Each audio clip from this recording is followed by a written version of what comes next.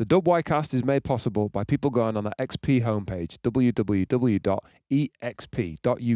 and buying my albums on vinyl and CD and getting merch as well. So big thanks to everyone who has. And if you enjoy these podcasts, please consider helping out by going and buying some.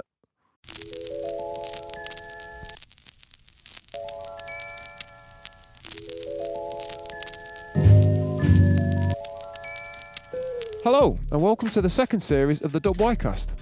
I'm XP, a hip-hop musician based in West Yorkshire, WY. I made a decision in the last year or so that I should invest time in helping promote and support the West Yorkshire hip-hop scene that I know and love so well. A scene which has supported my involvement in music for over 2 decades. Yes, I am that fucking old. Last season I spoke about my wish to talk to those involved in hip-hop in West Yorkshire, and I said I'd expand my search out to soul and jazz as well, but a spreadsheet I've inevitably put together puts the number of active MCs and producers in West Yorkshire at approximately 200, and I'm finding out about new people every week. Therefore, at this rate, this will probably be a West Yorkshire hip-hop specific podcast for at least the next 7 years? If you're an active and involved West Yorkshire hip-hop artist, I will want to speak to you at some point and find out what it's all about for you. There's not much method to who I choose to get on, but I insist on doing these outside, so there's West Yorkshire scenery in the background where possible. And the weather has absolutely trolled me in a lot of cases. I'm meeting people I have a lot of history with and people I barely know, all with the intention of connecting WY hip-hop artists and giving you, the listener, a chance to know the people behind the great music they make. And first up on Series 2, Episode 1 is HashFinger. Gotta be honest, he's one of my closest friends. I've known him forever. He was at my wedding. I knew him before I met my wife, and I've been with my wife for 16 years. I've been making music with him as part of Jammer Tony, and originally he was part of Synoptic, and we just worked with each other for years. So this podcast goes on. It's like a bumper extra length episode because we're a couple of old grannies talking about old times, but it's a good one, and I've got so much love for the guy. He is spectacularly good beat maker. So yeah, if you don't know about him, get to know, but you know about him. HashFinger, the main motherfucking man. Yes, no. Mate, thank you very much for joining me on the WYcast. Similar to Chills in the first one, our for the start of the second series had to be you, bro. Oh, bless you, mate. Because we've known each other for what seems like forever, man, and we work together a lot, and yes. I fucking rate you as a mate, but as a fucking musician as well. You're like easily one of the most talented people I know. And yeah, it's just been a pleasure, bro, to know you all these years and be able to do stuff with you. So yeah, thanks very much for joining me. And also going against Here we are. Your Leeds United roots to have Valley Parade in the background just to make me happy, man. Yes. Appreciate it, man. Here we are. Bro, I want to kind of start with the origin story, but the funny thing is, I started really early with you because you're a 1990s birth date, born innit? in 1990. So you came to me. So I'm doing a podcast with Lunar later on. I think Today? No. I was gonna say fuck that later on. But I think he introduced you to me. And you guys were making music together. So he came to me originally in 2007. Right. And we did some recording together, and then in 2008 I moved into a flat with someone who turned out to be a mutual friend, because you knew Matty, did you? I knew Matty. So we moved into a place in Hyde Park, and you kind of got brought along. That I feel that was the first time I ever met you. Yes. That you got brought along with Luna as this producer / rapper. Yeah. Never learn, and you'll have been just 18, 17, 18. 17, I think, yeah. So where the fuck because you seem to come along and you were making incredible beats and spitting really well. Where did your journey of making beats start? Interesting. I'd been making beats for a few years at that point. Really? Like a year or two. What was the first tip? What was the tipping point that you went from just? Or were you just playing? Because you played a few instruments as a kid, was it? Yeah. So I played instruments as a kid. And kind of gave that up a little bit. I mean, I played football loads as well as a young'un, and then I started skateboarding and stuff, doing all that. And obviously met my good friend Nik, who you know well. Nick Bennett, Angry Nik. Shout out Nik every time. Big up Angry Nik. Yeah. And obviously he's a massive hip hop head. At that time as well, he was just like the oracle to me, man. Yeah. Because I knew absolutely fuck all, and he knew everything, man. And he just put me onto so much underground hip hop and stuff that just caught me, man. Totally caught me. What age is this? Is this like early doors? We're talking 15. Wow. I'd say, Okay. you know. How did you meet up with him? Because he's my generation, so he's about 5 years older. So He's older, man. Like we used to, because he lived really, really close to me, just down the road and stuff. Sick. And he lived really close to the skate park that we used to just go. We had the skate park, do you know what I mean? Yeah, the haunt. the spot. And obviously, I used to chill with a load of guys my age, and we used to skate all the time around there. Yeah. And Nick was just hanging around there with his mates and stuff. And one day we just kind of like bumped into each other in the skate park, and I think they were like, "Oh, are you smoking weed?" And I was like, "Yeah, we're smoking weed." You know what I mean? Like, and then were we you just smoking weed? Yeah. Oh, we in the yeah, venue. no, we, and- yeah, oh, you were yeah, already on definitely, that, right? yeah. So then we smoked a joint together, and it just kind of, it was one of those things, man. We got chatting. We used to just hang out in the ends and stuff. Yeah. And he started putting us onto loads of hip hop and shit, because that's what he was into, man. Obviously, massive graph head. Yeah. Were you listening to that kind of stuff at the time? What were you listening to then? Ah, man, I used to listen to all sorts of dog shit, man.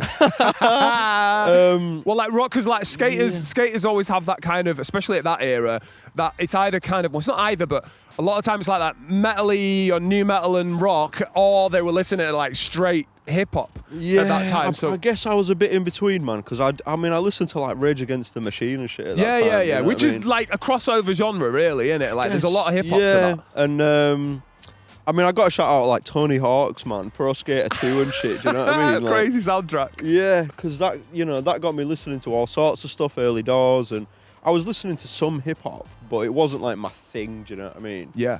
And then obviously with hanging with Nick, I mean, I always listened to like old rock music and stuff anyway. You know, Yeah. like I'd already listened to, I don't know, like Pink Floyd, Led Zeppelin, this kind of shit. Do you know what I mean? Yep. And then got way more into hip hop, you know, with Nick putting me on to stuff. Yeah. And then especially off the back of like learning about underground American rap, Yep. learning about UK stuff. Do you know what I mean? And like that proper blew my mind, man. You know, listening to early UK rap was just like. What was the first kind of UK rap that were doing it for you? Come on, like Jest, man. Yeah, Mnemonic stuff, you know, early Low Life, man. Like, yeah. Even Brain Tax stuff. All of this was Course. mind blowing to me, man. You know. And So Nick had sick. introduced that stuff to you, were it? Yeah, for Sick. sure, man. Yeah. So, how did you get from, like, you heard that stuff first, and then you sort of ended up making beats? What was the progress yeah, to like somewhere that? in there, and just hanging with those guys and stuff. I was like, man, I'm gonna give this a try, man. I can't remember the exact. Were you sort on of- computer? Were you on someone else's computer? Yeah, I'm just just had a interested to know, little- like, your first beat. Like, Yes, I remember having a little shitty laptop, man. Like, I had some little shitty laptop, and I got like a cracked version. At that time, everyone was on Fruity Loops and stuff, you know. Did you get a crack version of that? I had Fruity Did you Loops. start on Fruity Loops? Nah, days? man, because I got Reason. I Ah, got right. Reason instead. You definitely came to me in 2008. You had Reason beats, as I remember. Yeah. And I tried a bit of both, but I remember just, for some reason, Reason was the one that got me. Yeah. And yeah, I was just chopping up little samples in there and stuff, and that was it then, you know. Like, And where were you getting your samples from? Because it's like, it always seems with people like you, producers like you or whatever, it's like they weren't making beats, and then all of a sudden, like, oh yeah, just got a sample. Like, it's like everyone Yeah. were doing it. Like, what? yeah, I don't know. I was definitely making like my own little bits of like synth stuff as well. You know, like Sick. using the inbuilt instruments in Yeah, Reason MIDI bits, but yeah. to try and make little MIDI beats and stuff. Yeah. And I think that was probably how I started, and then led into, because like you start sampling drums and stuff, man, you know, and then it just clicks together. You're like, man, I'm going to start sampling everything. Yeah. You know?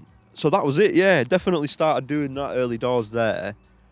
And that's, I think I just used Reason on a shitty laptop for those first few years. So man. you start making beats. Was Nick always there, or was it sometimes you were just doing it on your own?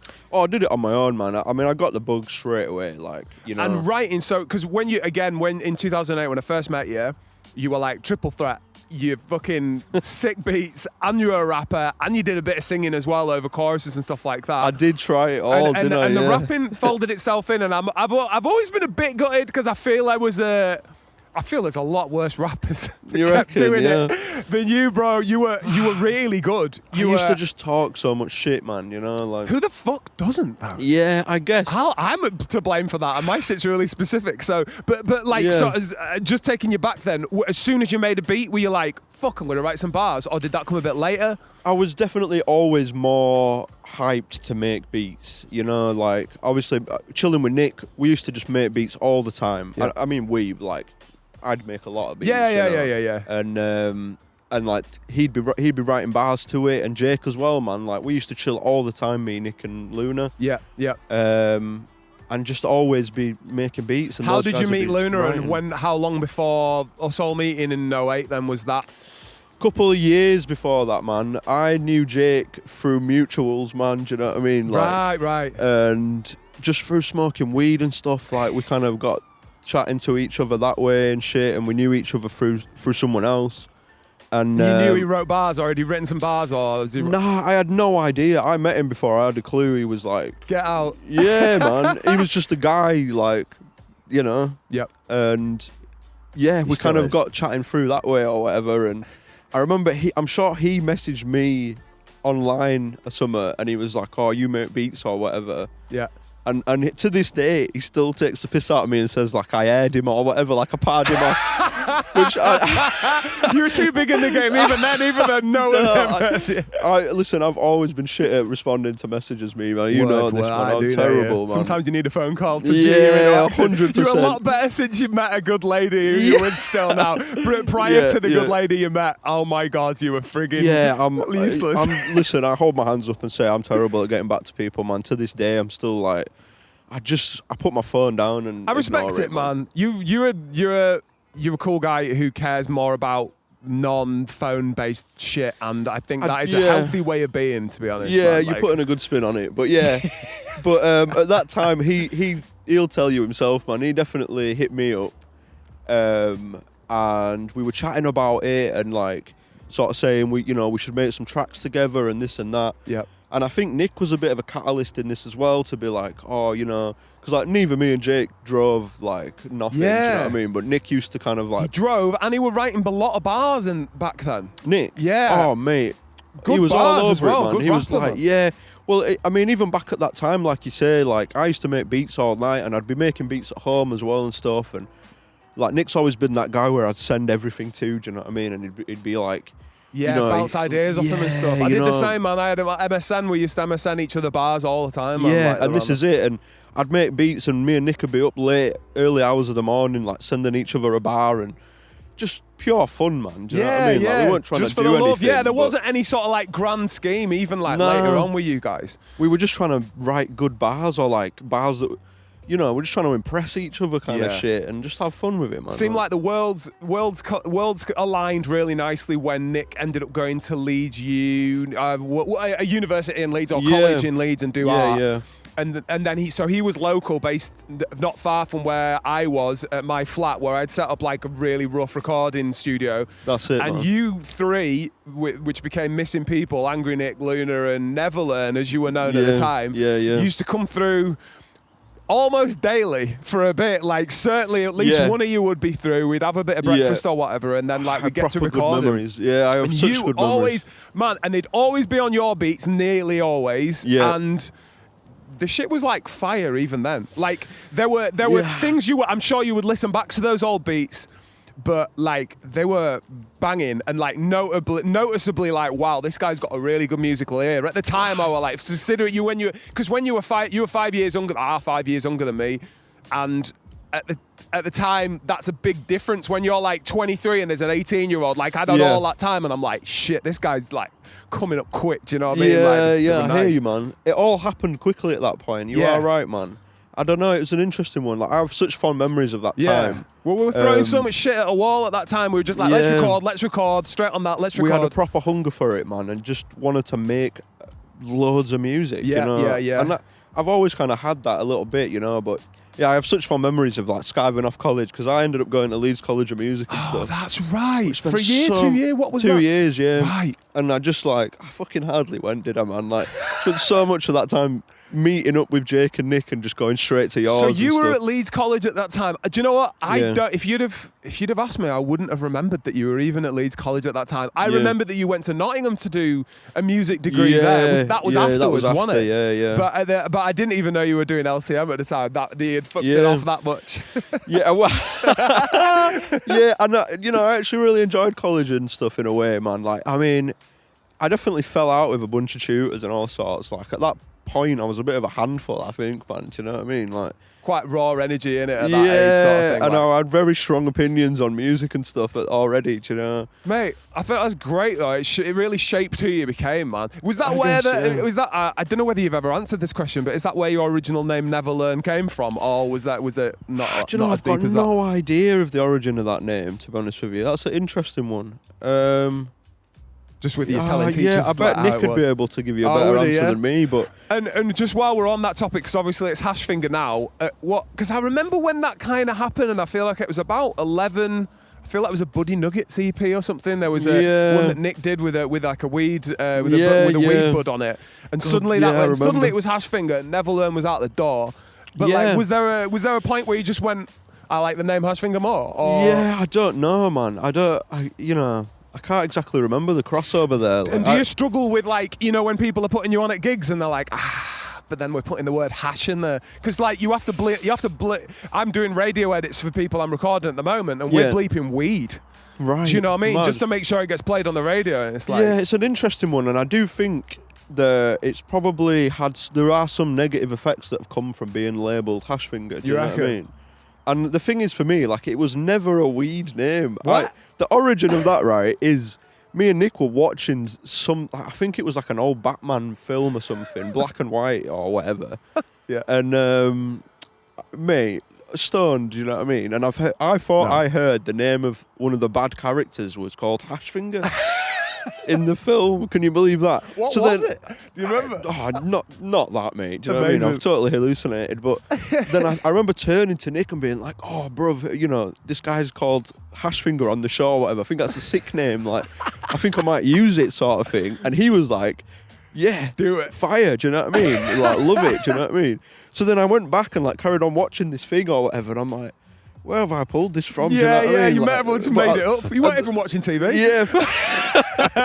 But I liked it, and that was it, man. I just went with it. I can't remember, like... It personifies you better, I think, than Never Learn. I think it is, and you've created an institution out of the name HashFinger. I mean, you're one of the most listened to artists in West Yorkshire by a long way in terms of what you've done and who you've worked with. So, like, it's like such a solidified name, man. Yeah, in the scene. I've grown into it, I think. There've been plenty of times, like you say, where I thought, man, because obviously people take it as a weed name immediately. Yeah, of course. I mean? Yeah. And there are positive and negatives with that. Like, some people really love that. Yeah. But I do think there are, times where professionally it's a bit like, do you know what I mean? Yeah, I dig it. Yeah, I suppose Doobie Brothers got away with it and stuff like that. It's one of those things, but I mean... It's helped me at some points, you know what I mean? I've landed in other countries and people are like, "Oh, yeah, it's this guy. You need some weed, don't you, man?" there was briefly another pseudonym. Do you still use that? Was it Psoriasis Effects that came under a different name that you put an EP out? What was that? Oh, mate, what was it called? Oh, Silent G. Silent G. There's another one. I actually love that. I think that's a sick name, So you put man. one EP out under Silent G, did you? Yeah, one or two maybe. And I think at the time I was gonna keep anything that was not samples and was more synth electronic stuff. I see. Yeah. I wanted it under that other moniker, and at that time, the synth beats I was making were really like heavy, bass heavy stuff. Yep.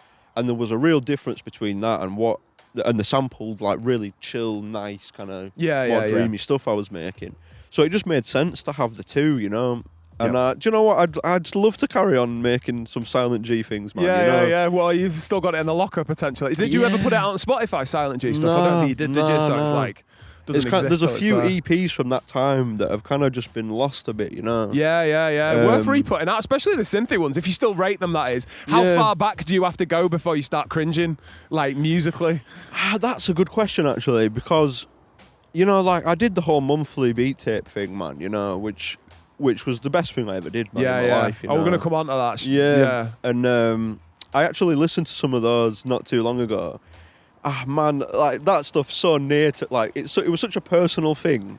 Those beats, and they still bang for you. For me, I love it, you, man. But I think that's mixed in with just it being like the era, a nostalgia for the time in my life. You know what I mean? Another perfectly timed thing, really, in the fact that we had the label so. Briefly, to bore the listeners, Synoptic kind of started as an idea for me and a mate years before we all got together, but it had only really ever had my album on, and then sort of Frayed Not and me and Luke's stuff. Yeah. And then you three came along, and suddenly it was like, actually, this is a viable thing. It's like it's a label to put stuff under, and we started putting out these We Don't Do Shit hip hop free EPs, and you were like the fucking regular fixture of all of them, man. You always had something, and your work rate at the time, you just had such sick EPs that you were putting out on your thing, and you were your Bandcamp and on our Bandcamp as well. Yeah. And you were hustling them like fuck. And it was a time where social medias were really like not as lizard as they are now, basically. I guess one thing, I mean, I got kicked off Twitter for potentially DMing a few more people than I should have that were already following me. Yeah. And that's kind of the, you can't have too much activity though. You're taking, otherwise you should be paying for this sort of amount of promotion. That's what they'll say now. But back in 2011, 10, 9, you could just be jumping on Facebook, blamming the fuck out of everyone's walls. Yeah. And they take notice because there wasn't anywhere for them to listen to it. So they were going on your Bandcamp and like checking that 100%. Shit out, downloading it. Mate, I was terrible with that. Considering what we were saying about you being awful on the phone, you were, for that period of time, you were on it. Yeah, I was ruthless. Like when I think back, I think mad. Do you know what I mean? Because I spent so much time just spamming people with my music, man. But I think that took you from just some guy that was making a few beats to like, oh shit, an established artist that was internationally known. There were people sharing your shit. There were those YouTube channels where it's like, where they only share like high value content for hundreds of thousands of views, and they were putting your beats on there, man, and they were getting some great numbers. Yeah, that really massively helps me, man. There's two guys in particular who I've got to shout out, man. My friend Vasilis, Greek dude, man, from Athens. Yep. What a hero, man. He ran a YouTube channel called D-Lo. Yes. With a guy called Antoine Maness, who has sadly passed away since, man, Sure. Yeah, really, honestly, like, what a dude, man. And those two guys just, like, started putting my music on their YouTube channel, like you say, which already had a fair following for instrumental music and stuff. Yep. And that just catapulted me, like, I had a couple of beats on there that ended up getting, I don't know, like 100,000 plays or whatever. You can't buy that. Well, you can buy that shit, but it's not real. But like, if that's organic, like, you can't buy that sort of thing because like, there's so many people who are actually chilling out your stuff and know your name, and you know what I mean. Therefore, going on to buy your music and stuff, like, which is what happened later. Like. That really helped so much. Really helped me. And I mean, I know for a fact that led to a bunch of shows abroad. And because you more than most people I know have actually managed to get out of WY, and never mind WY, get out of the UK, and play some sick shows, man. Where have you been? Run me through a few of the countries you've been to. I played in Dublin. That was the first spot I went to abroad, which was incredible. And then where else? I've done France. Obviously, I've been to Greece quite a few times. Nice. They fill it out in Greece as well. Did you do some busy place? I think off the back of these particular YouTube channels and stuff, I ended up getting such a big following in Greece and stuff. Yeah. Like you'd look at the breakdown on Bandcamp or whatever, and like have a look at where people are from and stuff, and all of a sudden, I was getting more exposure in these other places that I was playing shows than in the UK, man. It's madness, isn't it? Yeah, it really was surprising, like crazy stuff.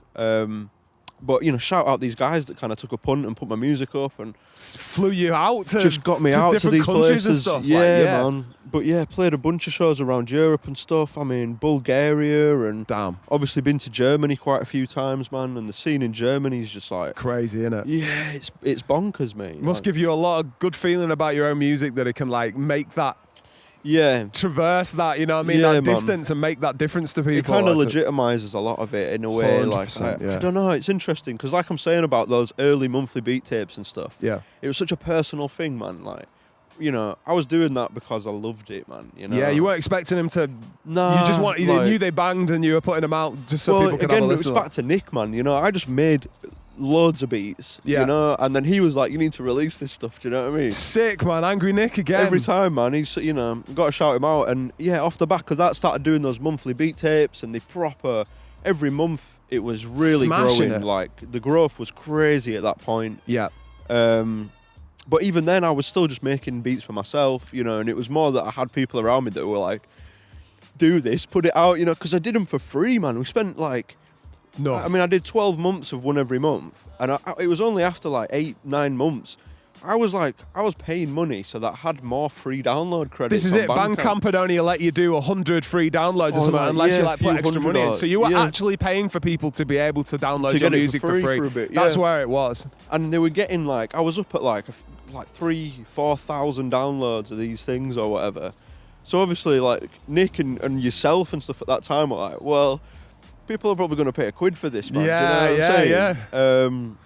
Yeah, so I put it up for £1 and it went from like 5,000 downloads to like a couple hundred sales, do you know what I mean? But yo, big up them 100. But Big up them couple of hundred. Yeah, Because they're yeah, the ones that are like 100%, there man. for it. They want it, man. Yeah. Yeah, and that was it, man. I was like, damn, I've lost like, you know, a few thousand downloads here, but I've got £150, £200, you know what I mean? Which I can upgrade my little shitty laptop and like. I remember famously getting a Instagram message back in the day. Oh no, it was an email through the Synoptic Music thing, and they were like, "Oh, all of HashFinger's releases so far have been free, but I have to pay for this one. Why is that? What do you fucking mean? Why is that?" What do you fucking mean? remember Like, this. you're just going to get free yeah. sick music that you're spending your life doing forever. Yeah, I'm just gonna. Yeah. while you I fucking do remember work a you job, getting vexed fuck. about this. Yeah, Mate, yeah. I put it on my Instagram back in the day, Yeah. like just like look at this motherfucker, like. But that is people now, and that was before Spotify. Yeah. So actually, Spotify kind of legitimized my man's thing. 'Cause it's like, well, I'm paying £15 a month, so I should get this shit for free. And it's like, yeah, but this fucks over the artist, man. Unless it's Taylor yeah. Swift, like. It's an interesting one, isn't it? Like, yeah. But the thing is, you moved with it, man. So you moved with it perfectly. So you actually used that bit of time where you were investing in your own music to a point where you were paying for people to be able to listen to it by paying for the free downloads and stuff. But you did the intelligent thing and started talking about money. And then you did the next level thing of like releasing it on vinyl and stuff. Now this is post Synoptic because we folded. Don't think you put a physical release out before we folded up Synoptic in 2012, which folded for multiple reasons. But I've got a million reasons why I folded up Synoptic. But one of the reasons was that you and Lunar, in your own individual rights, were catching fire, and I didn't want it to be we didn't have contracts and everything was just verbal agreements, and I didn't want you to feel a way about it, and I certainly didn't want to feel a way about it if you were going off and doing other things that weren't necessarily benefiting the label, or with the label in mind, or me the label going, well, actually it's 10% of Synoptic, so I'd like a little bit of, do you know what I mean? Fuck that. You guys needed to crack on, I needed to crack on, and all the rest of it. So it was a fun little collective thing that we did while we were doing it. And then after 2012, I can't remember when was your first vinyl release after that. It wasn't long after that, I don't think. I feel around that time, man. Which one was it? Remind me the name. Lessons is the first. Lessons, which is like sold the fuck out. Yeah. And the plays on that are crazy. It's funny, like in that era, because Flame Grill is a bit the same. The stuff we put out all that time ago, crazy plays on it. Numbers. Whereas it's hard. It seems a harder push now. Don't know whether it's a saturation or an algorithm thing, but like Lessons was like. Lessons went crazy for me, man. Remind me the label that you put that out with. And HeadCount Records. So man. how did HeadCount come to you in the first place? Were they like a listener turned? Yeah. Shout out Chris, man. Chris HeadCount, great guy. He just hit me up and he was like, you know, followed obviously what we'd been doing so far and everything, and loved the beats and stuff. And he'd put out a few other little cool projects and stuff that I'd seen. But his main thing, you know, I mean, he's such a transparent guy with me and stuff, which has been great, you know. And he just hit me up and was like, I think we should put this out on vinyl, you know. Like, I can't remember. I feel like I maybe released it digitally before we actually did a record. No way. I can't remember, man. I should have looked at that. But, yeah, and he just hit me up and was like, look, I think, you know, you should put this out on vinyl. And I was a bit like, man, I don't know if we're going to sell 5 of these, you know what I mean? Like, because obviously going from digital releases and stuff. Like well, you'd seen what had happened from £0 to £1, I guess. Yeah, like, yeah. And then, I mean, that through that, we'd gone 1 to 2 to a £5 or something. Yeah, yeah. But even then, I was just like really dubious about whether or not I could sell anything. You know what I mean? Yep. And he was like, look, you know, I'm going to obviously take the punt here to pay for it Sick all. guy. And we'll see, sort of thing. And we were umming and ahhing about how many do you get and all of this sort of thing. So I think we did 250 of lessons, and they sold out in pre-order and stuff, man. In the pre-order, yeah, it did incredibly well, man. It did incredibly well. Yeah. And that again was just another jump, you know, a real milestone in a way, because people started taking me a bit more seriously, I think. Fully. Yeah. Why wouldn't they? Well, I'm using this podcast and this whole me returning to dive back into like West Yorkshire business as a way to exercise some of my demons, and as like a musician in general, I think you do have like comparison. You know, you fuck things up with comparing to others and all the rest of it. But some of the drive behind why I've done what I've done over the years has been down to jealousy a bit, and then I've tried to like analyze why I'd be jealous of it. But I've got to be honest, man. The reason I started putting vinyl out was because of you. Right. Because I was like, this guy killing it with the vinyl, and I'm putting these fucking digital or CDs out, and I'm like, these are so. I was looking at lessons or elsewhere or whatever, and just going, these are beautiful, man. Like, what a beautiful way to present your music. And they were selling out. I'm like, this is selling out. And I'm like, I think when we put the first flame griller, the first proper one I did, there were other ones, but like we did the Kickstarter for a flame griller one, which was like 1 and 2 together and some other bits and pieces. Yes. And it did all right, and then caught fire a bit later on down the line for one reason or other. But at the start, it was a bit like pulling teeth, and then I'd look over and like, oh, I sold another one out. Yeah. I motherfucking did. Oh man, it's so hard to put a measuring stick up to other things, you know. Of course. And we all do this, man. We all look at, I admit there's other beat makers out there who you kind of keep half an eye on, and you're like, damn, he's killing it. Killing it for I this. want a piece of that. You know? Yeah. But you know, you got to be careful with that stuff, man. It is interesting, isn't it? You know. Yeah. How much you let it affect you. Yeah. It's kind of healthy competition's good. I think but it's where your emotions and your actions get mixed up, I think. And if you're like doing something through rage or jealousy, that's bad. But if you're like, oh, I'd like a bit of that, and it's like, how could I put into action something that makes sense for me in that way? It's great. And also, it's important to kind of realize that the other person isn't doing it to like, fuck you. I'm doing it. I'm selling out. You know what I mean? It's never about that. Like, and they're like usually sitting there going, well, I'm feeling really lucky, so like, just hope everything goes okay. They're not like thinking they're amazing or all, but like. Yeah, it's an interesting one, that perspective, isn't it, man? I think when it actually affects how you're making the music and how you feel about that, I think that's a real negative, man. Yeah. I think commercially, I know me myself, I need a bit of that kick up the arse, do you know what I mean? Like, it's quite good to have, like, you see other people doing well and you're a bit like, oh, I can get in on that, do you know what I mean? Fully. That bit of that competitive. I mean, I'm an incredibly competitive person, you know what I mean? Yeah, well, I've played five-a-side with you, man, and even when you're chilling, you're still getting back to defend and getting a tackle in. I can't chill, can I? But, yeah, I think it's an interesting one, because if you start comparing the actual music to other people, I think that's a massive negative, man. Because everyone does their own thing, do you know what I mean? Yeah. You know, you can listen to someone else and be like, oh my God, whatever, you know, like they're doing this, they're doing that, and you're comparing it with how you make beats or how your bars are, and I think that's terrible. Yeah, personally, I think that's terrible. Comparing art, it's like saying a Picasso is better than a Van Gogh or whatever. It's just like they're not in the same world. Man. It's just that they both paint. We can chat about who the best rapper is all night. Oh, do you know God, what I mean? I hate discussions like that. Terrible. And you get them all the time online, and like the GOAT and all this. Like, just shut the fuck up and enjoy the art. Can we just all just enjoy what we enjoy? Do you know what I mean? Yeah. Yeah, but I think commercially is a different side, and especially with independent artists, like in WY, I don't know, there are quite a few people like myself who probably wouldn't release any music unless they had some other people being like, come on.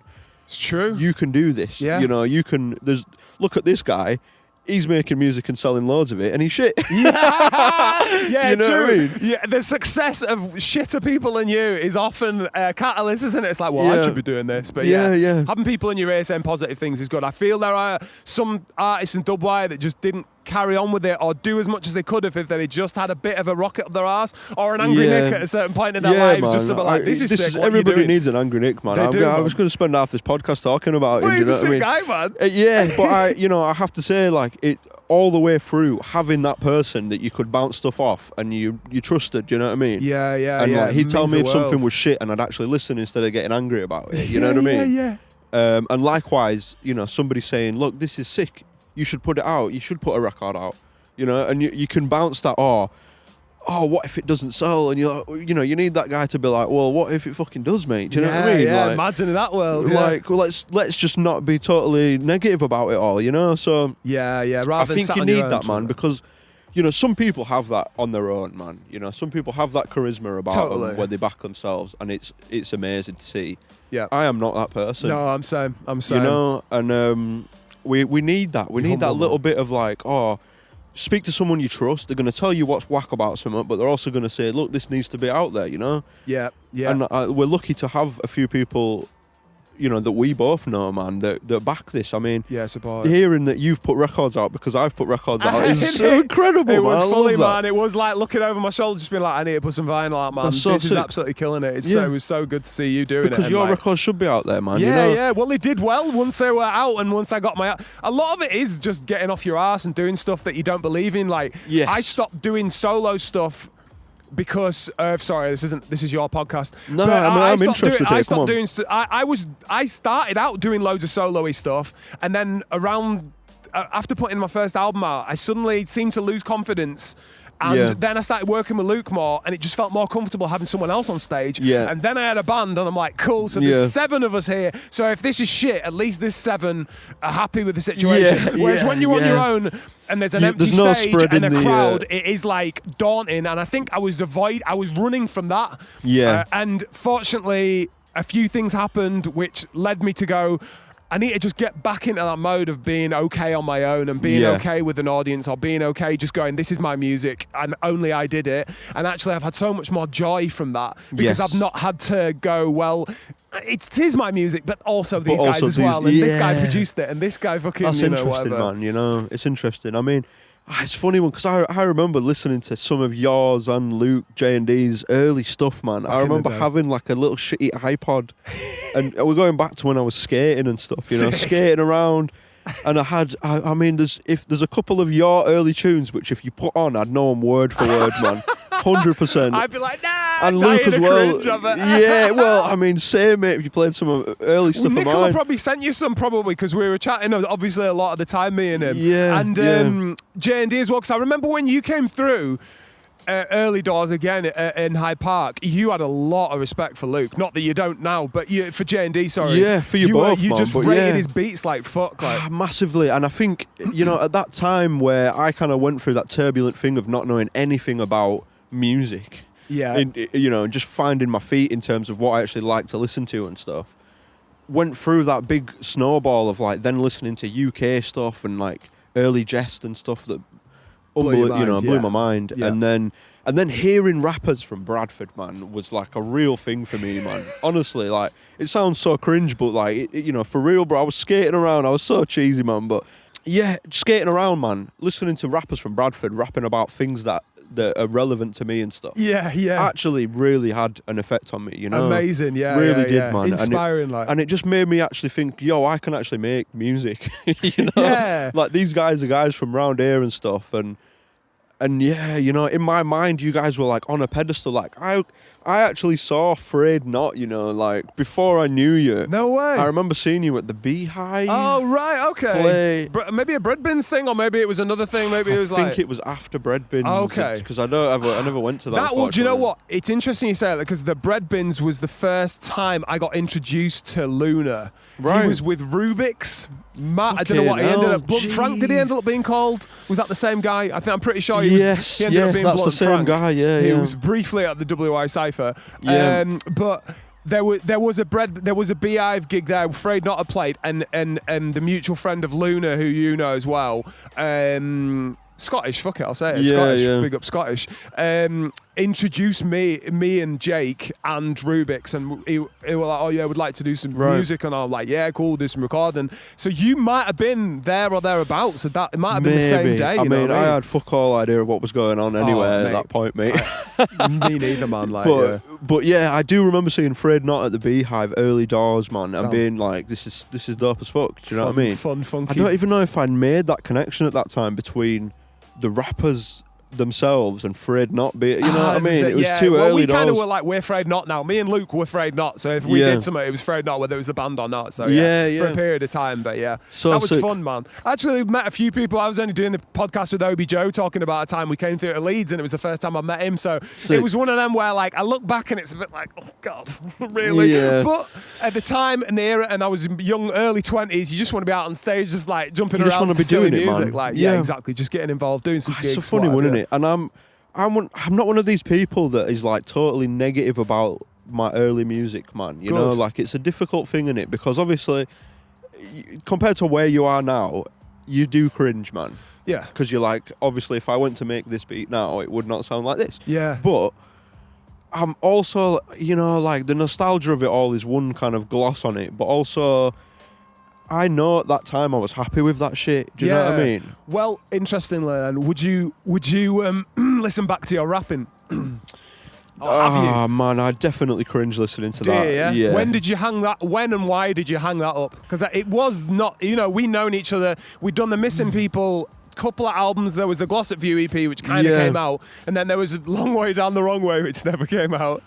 Which had a bit of artwork, but had some cool tracks on it. Forget about it. And then you seemed to just stop rapping after that and just continue to make beats. Yeah, I think it tied in with, like, because I moved away down to Notts to go to uni and stuff, and at that point Nick was doing his graphing a lot more as well, and Jake was just starting to battle and stuff, and like obviously that was taking off for him. Yep. So us three, we kind of went our different ways for a little bit there, and I just focused on making beats, man. I kind of just resorted you to never what I had love. the itch to carry on writing bars.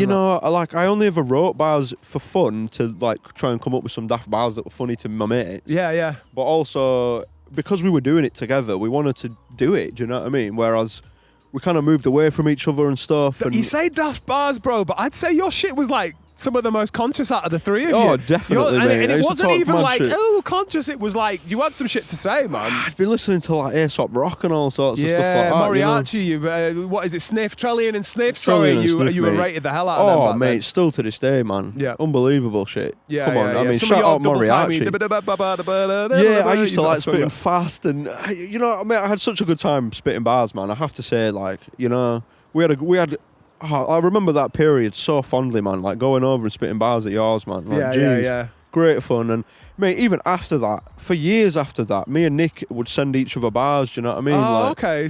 I'd make a beat, and then we'd be messaging each other. Oh, I've come up with this bar, and Nick had come up with 4 bars. Like, Nick, do you know what? Nick was a fucking sick rapper, man. I still stand by it. Really sick rapper. Another guy. It's a shame he hung it up. Yeah, because he could have done some bits and pieces. Like, I back it. Like, there's still verses of his that I can spit you, mate. Do you know what I mean? The idea that in 2008 we're in my studio recording his bars, and then in 2011 he's in my studio filming the cypher and taking photographs, and not spitting at all. Yeah. Because he should have been in that. He should have been in that room as much as anything. I mean, the pictures are iconic, and the cypher wouldn't have happened if it wasn't for Nick. It wouldn't have had the vibe and the, you know, all the rest of it. And he brought a lot of people through as well. But it was like, as a rapper, he should have been there, like spitting potentially. Yeah, and he never had the itch to actually do it. Yeah. I guess he needed me to push him to release music. Yeah, as well. You both needed to be like, you should rap. Yeah, no, maybe so. Rap. But Nick was about it, man. I remember him. He would be writing bars and sending them to me all the time, man. Yeah. And it was never to release it. It was just one of those things. Just bars like, for bars, yeah. Probably still writing to this day. He's probably got. Guy is mad creative, somewhere, man. Yeah, guy is just mad creative. You know, he has just got it, man. Like legend, man. Innit? But yeah, interesting one, innit? Like, fast forwarding then, we were talking about Chris and HeadCount, and he put out Lessons with you. And then how many more records did you guys put out? And did you part ways? Like, when was the last time you did some dealing with HeadCount? Recently, man, Oh, yeah? I did. We put apes out together-ish. Apes was a head count, was Yeah. it? Man, I bought that Kind and I of. didn't even realise. Yeah, a little bit, man. And I've always had this kind of loose relationship with him where he's never signed me or nothing. Do you know what I mean? Like, we're happy to do I can do my own thing with everything. You know? Yeah, you could put your own stuff. Well, you have self-released. Well, you've done it through I put Qrates. Miles Beyond out myself. Yeah, well, no, I actually paid to get them pressed, man. As opposed to doing the which album fundraiser. was that you? Miles Beyond. Miles yeah. Beyond, nice. Yeah. Which I loved, man. And, it's an interesting one, isn't it? Because, like we say, it never did as well as Lessons and stuff. Do you know what I mean? Stuff wasn't selling out in pre-order. But doing it myself was actually quite important, I realised afterwards, Yeah. Like, actually going through it myself and doing it myself was... Well, it's life skills, and it's just like, and something also you've about got it, man. you rely on no one but yourself, innit? Like, so the Yeah. book stops with you. So it's like, if you can get off your ass to do it, but then you do own 100% of it. You don't have to worry about cutting anyone in or anything like that. Yeah, I remember I did, yeah. and with all respect to Chris, who I don't know anyway, I definitely was in your ear after a couple of vinyl releases, being like, bro, you're selling these out, and then you're cutting someone in. Yeah. And you've got enough money to like put your own. I do remember, man. Yeah, I do remember, and it definitely made me think twice about it. Do you know what I mean? Yeah. I mean, it was always partly because I never backed myself enough to be like, I'm going to put this money down. I mean, to begin with, I was skint, man. Do you know what I mean? I was a respect student. that, yeah, fair. And it's 4 figures. Like, you put a vinyl out, it's 4 figures straight away, and that's a lot of disposable income that, like, I mean, you pretty much could guarantee it, and I was in your ear saying it's a done deal. You're gonna sell these, but it is still, you still got to go without. You've still got to over go for £1,000 for a period of time before you recoup it, unless you can 100%. pre-order straight as soon as you put the money in. Like, So and he kind of took that risk away from me, you know. Like, which is lovely to have that opportunity, and I assume he's probably there for, like, if you've got some other stuff. Like, ready, always, you can just hold. man. Well, you did with Apes. That wasn't that long ago. He dealt with all of the admin side of it. Amazing. And, bit of promo and it was always the case where, for me, if he's going to kind of make his money by doing it, and make me money as well by kind of going through this process. It's a no-brainer. It's what then it was literally worth it, what a man. record label's supposed to do. Yeah. So, like, so we, I feel like as much as there was a time where, I definitely thought, damn, I should be doing this myself. Yeah. It was always worthwhile for me, man. You know, Yeah. It was transparent enough. I wasn't tied to anything, and we just knew where each other stood, man. Like, it was cool for me, you know. Well, I was saying there's options to pay for it yourself, and obviously with a label, but actually there are other options. Well, I've done like crowdfunding type stuff on Kickstarter or what have you, and then Qrates came along, which for a period of time I was recommended that to every fucker. We put the Tough Crowd album out through that. You've definitely done a couple of releases out through that. I used to tell everyone, if you can't afford to put a vinyl out, got Qrates, man. Like, at least you can tell if people want it or not, and if you don't get to what you need to, it's no skin off your nose sort of thing. It doesn't matter. Yeah. And you had a really good thing going with them. You did a couple of releases, did you? Or was there just the one on there? I've put just one out on there. Because they treat you as like a featured artist. You still, in fact, man. if you still write HashFinger into Google, I think maybe the top 7 is your Qrates like bio. Right. You know what I mean? That they've done a write up about you, sort of thing. So I remember they sort of were featuring you, kind of thing. Yeah. I think HeadCount hooks that up, actually. Nice. I can't remember, but I think he got me in touch with the guy, and they, the guy from the place did a write-up and stuff, got me on the front page and all this and that, so... Because only the other day, I was talking to some mates of mine about a release that's coming that I'm not going to talk too much about, nice. But they were like, we can do it on Qrates and that, can't we? And I was like, hang on, pretty sure Diz said there was something wrong with this, and I googled it, and Reddit was like, don't go anywhere near Qrates, it's totally fucked. Like, I had all of this, Did you go through any of that shit where you were... I did, man, because... I can't. I'd be lying if I said I knew the exact details, but I'm pretty sure they had a distribution issue. Right. Something to do with all of the records were in a warehouse and they suddenly couldn't access it, or some. This was what I heard anyway. Yep. And it was an absolute shambles. Like, I do know a few artists in the UK. The guy called Chairman Math, who releases. Yeah, of course. Massive instrumental. Yeah. And we were speaking to each other online, just like, this is a complete shambles, you know. The thing on Reddit effectively said that a guy had paying customers Yeah. But there was no vinyl. The vinyl hadn't come. They wouldn't say when it was coming. And his customers were like, I gave you 25 quid 4 or 5 months ago and you're not saying anything. I want my money back. Yeah. And the guy's paying back money that he's never had for vinyl he wanted to release. He's losing customers. Yeah, nightmare. You're in a situation where, as a musician, you're losing like listeners because you've pissed them off that much, and it's like it should never be about that with music. Because they want to get your music and they can't get it because this company fucked it. Yeah, I did have a bit of that, like, because I still had a load of records in their storage unit, and then I'd ordered a bunch of them to come so I could post out the sales on my Bandcamp. Yep. And I did actually, you know, I had to refund a couple myself, man, just to because people are like, you know, where's my record? And I'm like, I don't have it. I don't know. Do I know where it is? No, I've got no idea, you know. So it's within reason from the customer's perspective, but when it's getting into an Amazon, you know, when you're being tracked, like, you know what I mean? You're the producer here, you're producing the goods that I want, and you're not making it, so give me my money back. It's like, fucking hell. If it wasn't enough to, like, learn how to produce and go through these years of, like, getting better, establishing myself to a point where you fucking found out about my music, and now I have to behave like, yes, sir, sorry, customer. Yeah, dear we'll customer. refund your... Yeah. Fuck that. Yeah, and that is one whole side of it, man, you know, like, I think I've been fairly lucky to avoid a lot of that, you know, like, I mean, we can talk about social media and stuff, you know, like, it's such a positive, isn't it? And, like, we talked about the early days, man, where I was all over that stuff. Yeah, and it was such a positive for me, man, because I reached so many people at that point, and it was that little peak time where I could post something, and I had like 3,000 people on my Facebook likes page, and I'd reached 3,000 of them, you know? Yeah. And I remember that point where it was like, oh, you can now pay a tenner to reach these people or whatever.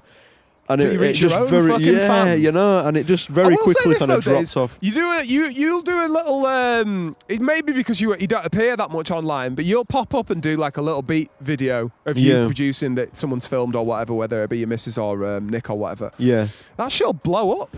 It does well if I for do me, a little man, freestyle video or something, or a little few bars or something, I'll get a couple of 100 views or something. Your shit will get like 10k plus usually on even Facebook or whatever. It does well, man. It does. I don't know why. I've got no idea why. But what I'm saying is, like, even in spite of the algorithms, your shit will still like blow up. If you were doing that more, I'm glad you don't, because it really pissed me off. Like, here he is again. I'll have to start doing more videos. And you know, that is one thing. Like, over the last year or two, it's really getting to me, man. Is the fact that I don't do it enough at all. It's time as well, innit? It is time. You know, that is the big thing. Like, I mean, obviously, when I started working in the job I do now, the one thing that people sort of said to me was like, oh, you know, you got to be careful because working in the industry, doing something... We can allude to the fact you're head of music, effectively, at the place that you are. I teach music technology in a school, to difficult kids. Yeah. And I never even considered or didn't take it seriously that it could affect making music, you know, because you made music all day in a certain respect, and then you get home and you're like, I don't want to look at a mixer again. Yeah, that's it. You want to sit in a garden. And it has. As much as I was absolutely lying to myself, telling me that it's never going to happen, you know, I hold my hands up, but I have to be honest with myself now and be like, it 100% has. And there are other factors in this, like, you know, me and Ezra bought a house, and, you know, shout out Ezra. I didn't know whether we were saying a name. Sick, big up Ezra. Yeah, you know, the live stuff has come in the way, but I have to say, working in music has had an effect on making music myself. Yeah, especially in terms of social media, man. Yeah. Getting home and being like, we're gonna put a video together. Like, I mean, I love this stuff. And another side of it for me is like, I really want to release music, man. Like, after doing so much of it, I want that. I want to have a whole shelf of records out, man. Do you know what I mean? Like, that is something that really drives me, you know? Yeah. I really want to release loads of music regularly. Yeah.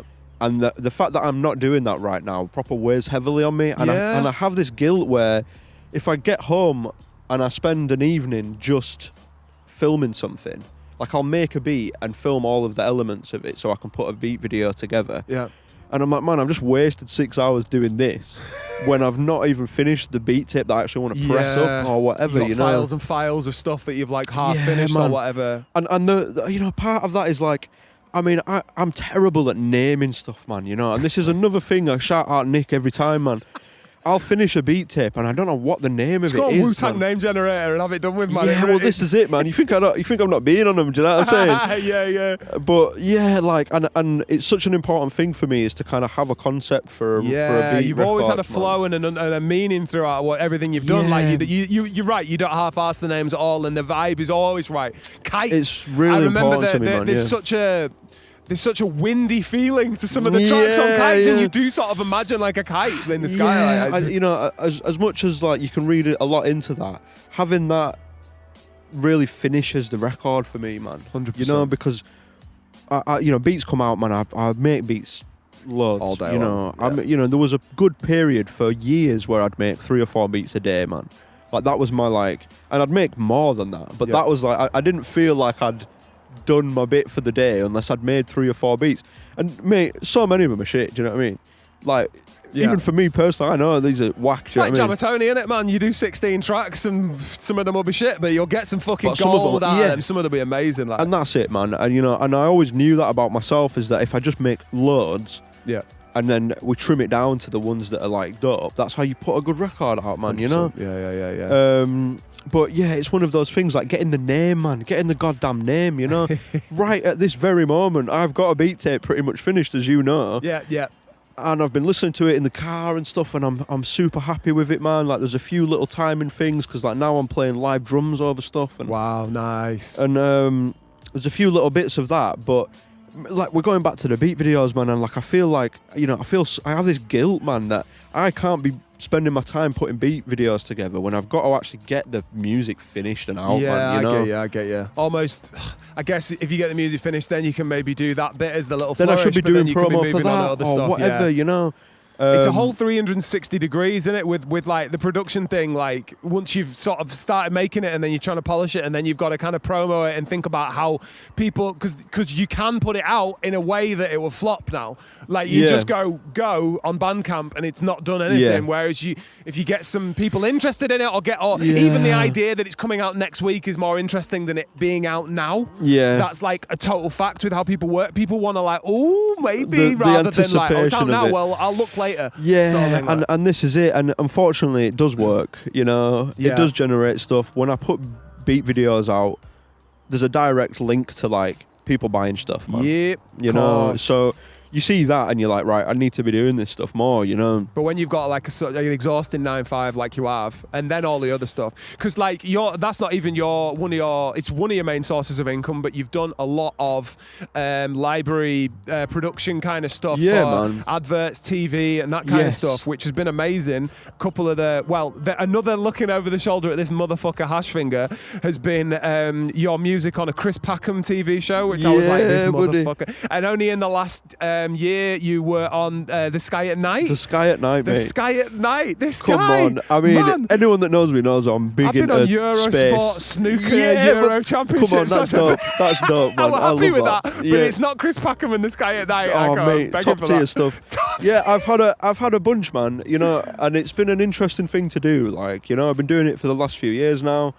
And I guess, like you say, it probably has had an effect on releasing music as well. Yeah. Because you're making money from this stuff as well. There's guaranteed money at the end of it, isn't it? Yeah. Whereas putting beats out is really satisfying, but you might lose money from the vinyl or paying people to buy the fucking downloads. Whereas that is if you get in the right niche, it's a really well paid way of doing and even things. Just from an effort thing, I mean, like we're talking about all of these angles to this stuff of promotion, of the social media side. You're playing shows, you know, but you're also worrying about artwork. All of this stuff's just, you know, I can't even name a project, man, never mind, like, you know. But also, like, making beats is what I love to do, man. Yeah. Like, and it sounds ridiculous, but just that bit in itself, I just want to make beats. Someone just needs to, that's it, you just need to be paid to be like in your studio making in another beats universe, like I've got a team of people who are just doing all of this other crap. Do you know what? You were probably just 10 years too late being born. I think you would have had a successful career 10 years earlier because you'd have had the same talent, but in a situation where it was more of an expensive you know, you could have been producing for this, that, and the third. The market. That said, though, you have produced, I mean, through the help of our mutual friend Lunar C, who's obviously created a really massive platform, you've done a lot with him, but then also produced for a lot of other heavyweight names. Like, has that helped at all of the fact that you've produced beats for like big it's MCs? hard to say, isn't it, man? It's hard to say, and that's another thing that I kind of wish I'd done a bit more of, I guess. Yeah, handed more beat tapes out for rappers and just and been that. more like, just more on that, you know. Like some people are really good at just hitting people up and doing it, and there's different aspects to this. Like I know there's a few beat makers that will just pay for verses, man, all day long, you know. Damn, really? They'll pay for verses. They'll have a whole. Have you got their number? 100%, brother. But yeah, and doing it that way, you know, which has never interested me, man. For one, you know, and I think I'm probably cutting my nose off to spite my face there, but it just, I don't know, man. It just doesn't interest me at all. You famous? Does it not interest you? That's interesting, because I've always thought that with you, you've always been a bit like, fuck rappers. Yeah, man. Mainly because of how beautiful the music that you really want to produce is, and that it's more than just, it doesn't need a fucking rapper because it's a piece of music by its own. Yeah. So I remember back in the day, I've mentioned this before on the podcast, but it made me piss myself. The fact that like you'd put these free EPs out, having blammed them around Facebook, and then the next week would be spent sending YouTube requests to take down rappers who are like produced by HashFinger, and it's like, no, it isn't. That's just track 3 of my EP. Yeah, I do remember that being really bad, and it's, man, we spent so much time trying to get rappers to take songs down or pay for them. Whereas some people would be like, oh, let them do their thing. In fact, it was Cell Rock who was like, let them do their thing. Like, whether or not, you know, good on them. And I guess I probably got a load of exposure from that. And it's funny, for years afterwards, like, you know, now when I meet people and stuff who know about me, you know, there's a proper, like, theme of people being like, oh, we used to cypher to your beats all the time. All the time. Everybody knows me because they were just freestyling with their mates over my beats back in the day and stuff. Sick. And I get that quite a lot, you know. And I think, you know, you hear this stuff, and I do think there was an opportunity to make more projects with rappers, man, 100%. Potentially. And it's something that I probably should have done more of. However, it never interested me that much, man, you know. Like, even though you've had, like, top tier, like, because who have you had on a beat? Like, name me a few of the bigger names that you've had on a beat. Dabbler, I guess. Dabbler, yeah, I remember the Dabbler one. Like, that kid worked with. Nice. Who else, man? Was there some dude, was there I can't remember what language it is. I worked with a guy called Replic, that guy that was over in Brazil, Brazil, man. That's it. Who's huge, man. 1.4 million views produced by HashFinger. Massive. I'm like, what? Yeah. How did that link come up? I've got no idea how that came about, No man. way. He just hit me up online, you know. Yeah, I couldn't even tell you where that came from. Wow. Messaged me on Instagram, want to use a beat and stuff. And so respectful, considering like his the size of his as an artist. Yeah. Because a lot of people will just be like, this is my track. And like maybe in the credits, if you're lucky, they'll be produced by HashFinger. But he's got you up in lights, man. He always seemed to be like, oh shit, you know, like if I got a beat from DJ Premier, I'd be like, fucking produced by DJ Premier. It's like for sure, man. You know. And I've definitely worked, like I worked with some Spanish guys, I think they are, called Show High and stuff like that, man. Like, you know, which is, it's crazy, man, because, you know, you go down this road and you're like, damn, these guys are absolutely huge in a scene that I know nothing about because it's not in English, you know. But it's spreading your name about, innit? Fundamentally, it's like getting your name out there more, which is absolutely quality. Yeah, and I probably lost a bit of that by not doing more projects with rappers and stuff, do you know what I mean? And, you know, it's still on the cards, man. It's still something I'd want to do, I think. Yeah, is it? But it, like... You must have 1,000 beats that you could just, like, send to... that you'll never improve on, but someone would think was a banger. You know what I mean? Only 100%. Need an 8. 100%. I mean, I remember, like, you're going about... I think about a year ago, man, I had a little short list because it was something that I was thinking about more seriously. Yep. And I had a little short list of MCs that I was like, you know, if I was to do it, who would I actually want to work with? Do you know what I mean? Yeah. And it's just people that I rate, man. I'm not, because, you know, it's not something that I want to do where I'm trying to do it for promotion, you know, because we could do this and try and get who's the biggest current rappers that you could get, you know. Yeah, but people you know would like knock it out of the park. But, you know, I mean, I love HashDanz, man. I have to shout out HashDanz. Yeah. Like, oh my God.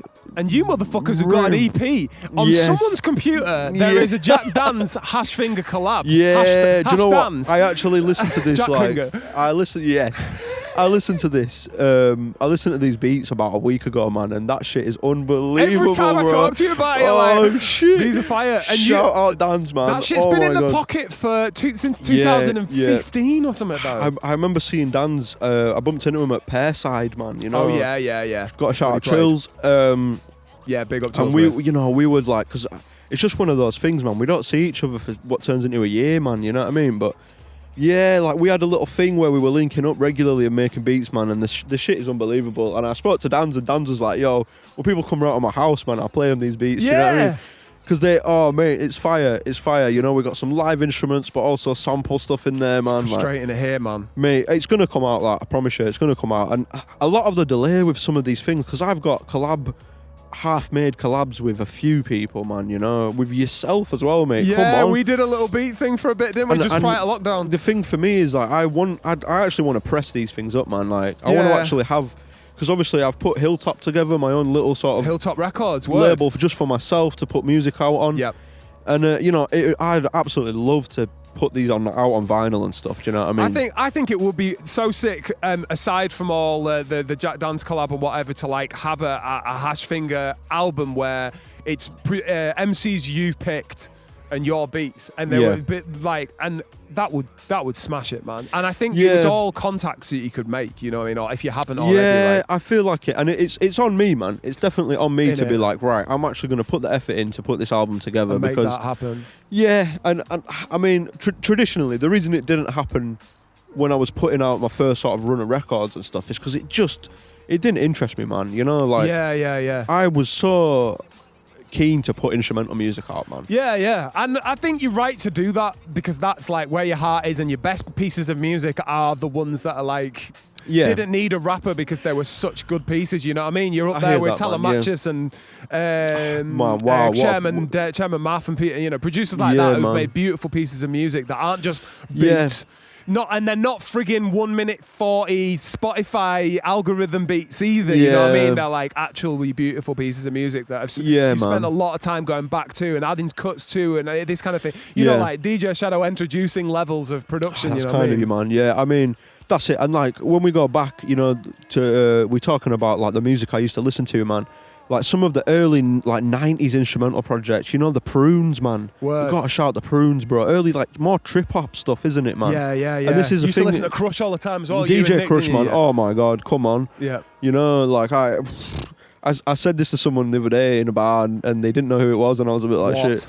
Were they 20? Well, listen, yeah, probably, but showing my age, I guess. But yeah, and because of all of that stuff, man, like putting out instrumental music was just my thing, man. You know, I wanted to put a project together. I wanted it to be, you know, because I used to take beats and have like 3 beats merged and try and get samples to link them all. And I wanted people to listen to the full thing and real production. You know, even when I was putting those like monthly things out, it was like side A and side B and stuff on the digital thing. Because I don't know, there's something about that I love, man. You know, damn right. I guess as well, we'll talk briefly on the fact that you didn't really need to have a rapper project because you always seem to have a Lunar C rapper project on the go. There's always like I was producing stuff for him a lot. You've had Off-World Vehicle recently, and you had that one with the pink cover that I've got on vinyl. I can't remember the name of that. Pink Lagoon, man. Pink Lagoon, that makes sense. Yeah, man. So you guys, what's the crack with you guys? Every so often, he just comes and steals a load of beats off you and makes a banger. A little bit. I mean, on and off, we've been making music together since the start, man. Since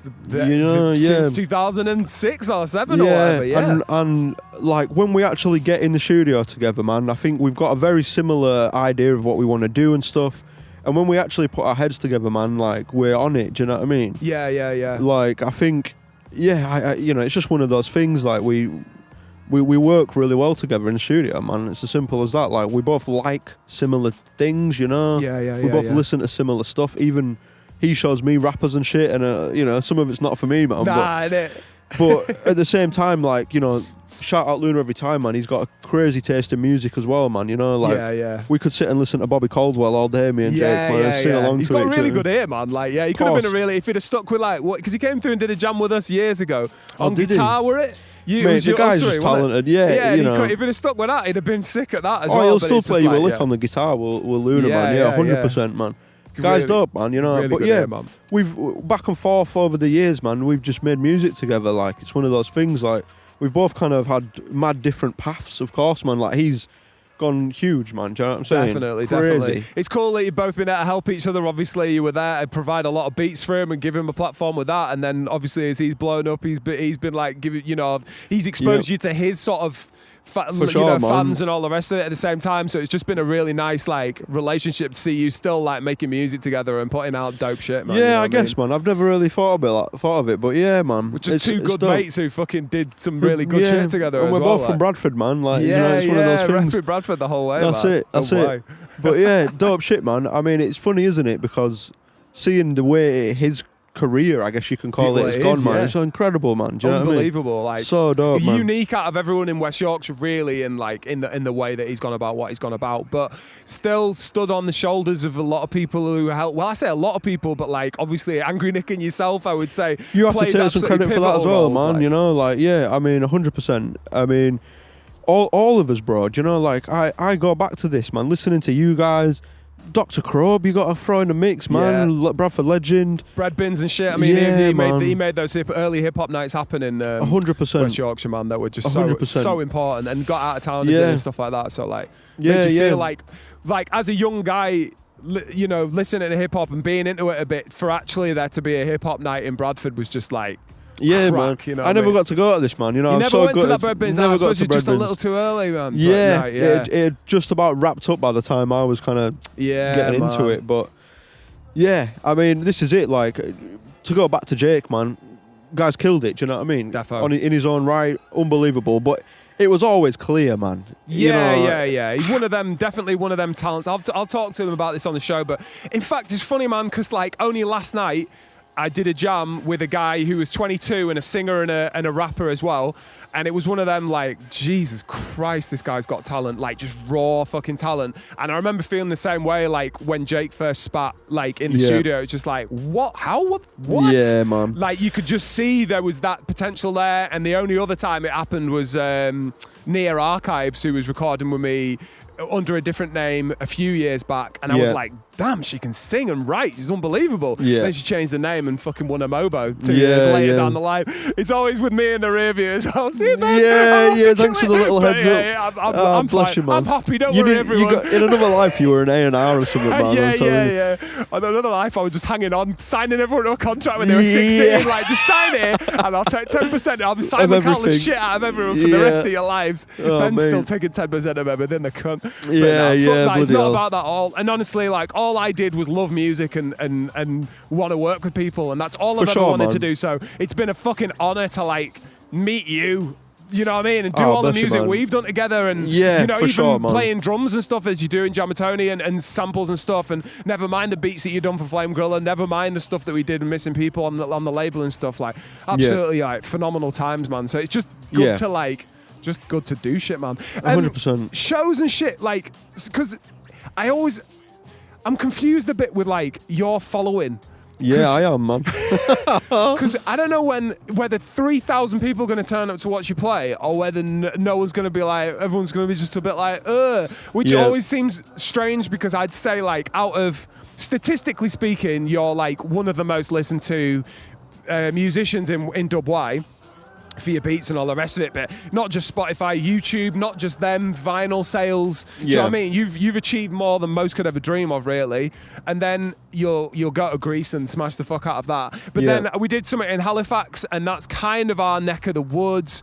And I was expecting enough people to come through, and it felt like it was a little bit underwhelming. And I was like, and I don't know whether that's just attrition in these days that people don't go to gigs anymore. I mean, but like, live shows for me throughout my life have been a very funny thing, man. Mixed bag. I remember there was a Missing People one of the first gigs you ever did, maybe. Yeah. And you were losing your mind, and the sound was fucked up, and they fucked this shit up, and you were like nearly fucking left the place. I did leave the place, bro. Yeah, fucking hell, I remember that. Because you God damn. At the point you're playing live, it is like, it's one thing to put music out. You can kind of hide behind it being out. But when you're there, when it's an audience thing, or you're there at a venue, it's very like, here's my soul, like, don't fucking step on it while I'm here, like. And I've always been really funny with live shows, man. You know, like I remember I used to DJ a lot. I never played my own music, you know. Mad. And like, I used to, like, my sister, shout out Siobhan, man. She put on a funk and soul night in Bradford. Yeah. For like, we did it for like 2 years or something. Club. Yeah, man. And we had one every month. And I used to love that because I'd just DJ songs that I liked, you know, and get people dancing, play old school tunes that I love. Yep. All sample stuff. And yeah. Man, I absolutely loved that. They were some of my favourite live shows to play. But then, yeah, like I'd get into... Because I remember playing in Athens, man, one of the first times that I'd actually travelled abroad and stuff. Yep. And I'd taken my SP404 to actually play some beats and do it, you know? Yep. Because that's what they wanted, do you know what I mean? Because otherwise, I'd have probably just DJ'd, man. Do you know what I'm saying? And they were like, no, we we want HashFinger to come and play HashFinger songs, you know? And I was always like, man, nobody wants to see that shit. Do you know what I mean? They like, fucking do, man. And I mean, the Facebook videos alone show that people really do want to see you do it. And that's the sort of thing you were doing at Pairside and stuff. Like, it's amazing. And it goes down so well when there's people that fucking watch it. Man. I remember being on tour in France, man, with Mononome and Moderator, man. Honestly, mad love for those guys. And my friend Antoine, who's sadly passed, you know, like some of the greatest times in my life, you know, traveling around in France and stuff. But is there a better reception potentially for those gigs? Oh, yeah. People are there to watch the beats. Abroad, man, it just seems like throughout my life, man, instrumental music has just been much more appreciated, supported abroad. Yeah. People are well up for it, man. People want to come out and dance to somebody playing beats live, man. Yeah. I always have this Dragon's Den thing in my head where, like, you know, someone will come along with a company in Dragon's Den and they'll be like, oh, yeah, I'm doing this, but, like, I've sold 10 units in the UK. Yeah. But I'm really hoping to smash it in Spain. And they're always like, if you can't smash it at home, you're not going to smash it in Spain, so fuck off. Yeah. But I don't know whether it works the same with music. You know, David Hasselhoff was massive in Germany. I think I am the direct opposite of that, man. Like, although now I do sell a lot of records in the UK. Yeah. You know, I'd say it's 50-50 at best, man. Yeah. Brexit will probably fuck you up, I bet. Well, yeah, I mean, let's not talk about that, but geez. But yeah, even before that, man, at least half of the records I was selling were going abroad, you know? Amazing. Which is interesting, man. And I've always felt like I have half a big, man. Mate, I'm like a few, but mate, nothing. No, the shipping costs are killing me, man. Oh, that's and that'll put people off. Australia don't even bother. Yeah, there was a time Japan. where I'd sell a few, like, and Europe I'd sell a few pre-Brexit, but like people just like, I can't deal with these costs. I'm like, I get it, but yeah, it's a mad one, but even from the start, man, I think partly instrumental stuff, you know, like. You know, and it's interesting, we talk about, like, even like with Lunar and stuff, you know, you look at his following, and I mean, it's a different level altogether, but, you know, me personally, like, I'm really well supported in some places. Yeah. But it isn't here. You know, your back door, yeah. Yeah, you know, like, I wouldn't feel comfortable pulling in a crowd in Bradford, mate. No chance, you know. That's it. If we put a HashFinger like headline show in Leeds, how confident would you feel about that? Not at all. If it was in Athens, different game. Let's go. Yeah. Which is mad, isn't it? It's a cool thing, because if I put a headline show in Athens, no cunt turn it up. So that's pretty cool. Yeah, man. Yeah. I mean, I'm with you, like, you know. Yeah, it's such a mad one, man. And, you know, even in this, like, somewhere in amongst that, like, I remember, because I was so negative about my own live shows, personally. Like, I didn't want to do it, man. Right. And I remember getting to, like, a show in Athens, and the whole night, it was like a festival of beat makers, do you know what I mean? Sick. Which, it was dope as fuck. Such a rarity. But all night, it was people with their MPCs out, with their heads down, man. Oh, yeah, word. Button bashing, do you know what I mean? With their funky calculators, you know? And I was watching the show just like, man, I'm not into this. There's not a lot of interaction. Zero interaction. And people were like playing a beat, and the beat would stop, and they'd load up the next beat on the MPC. Really? And people in the crowd are like clapping, there's a bit of silence and shit. And like for me, up to that point, this was exactly the opposite of what I wanted to do live, man. Yeah. You've got to at least keep the vibe moving, innit? Like, I'd come from like DJing, mixing, and trying to get people to dance. Yeah, man, real production, man. Like. So it was my worst nightmare, man. And like even in that show, I the first few beats I kind of like did, and then I very quickly like moved to like playing other music and like getting people dancing and like two MCs, the guys called Twin Sanity, man, who are from Greece, who are dope MCs, man.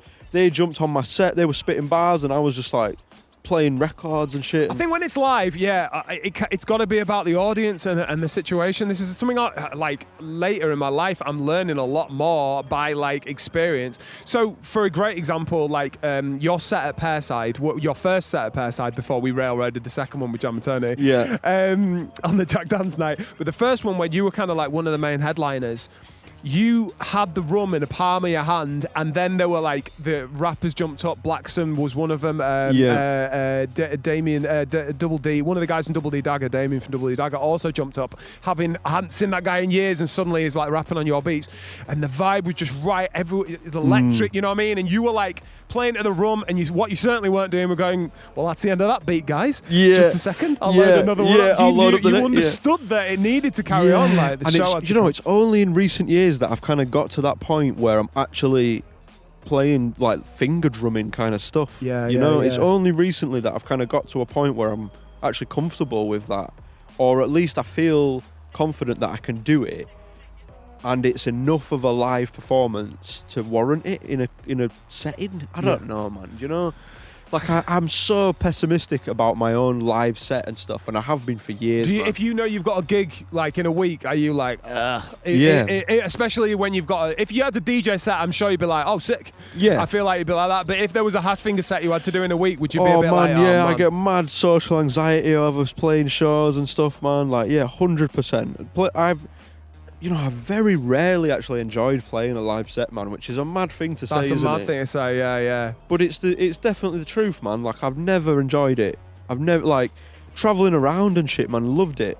You know, meeting people, incredible stuff, man, you know, but, like, I remember being out in France and, like, the guys were asking me, like, why aren't you just completely, like, finger drumming the entire set or whatever? And I'm like, well, after that particular Athens show that I mentioned to you, man, I was like, I don't want to do that. I don't want to be that guy with his head down. Nah. Like, triggering the samples and stuff. I want to have some crowd interaction and, like, be more of a DJ and get people moving and get people, involved in my set as well. Like, fully. So because of that, I don't know, man. I've just always had this mad anxiety about playing live shows, man. 100%. Fair enough. Which is an interesting thing. And now like we go to that Pairside, that's probably one of the most enjoyable sets I've ever played, man. Yeah. It popped off. Come on, that was ridiculous. It was unbelievable, man. Yeah. It was such good vibes. I remember just jumping on social media the other day after, just being like, well, that was the sickest fucking night we've had in West Yorkshire for a long time. Yeah, man. It's one of the inspirations for just trying to get cracking with doing what I'm doing now, because I'm like,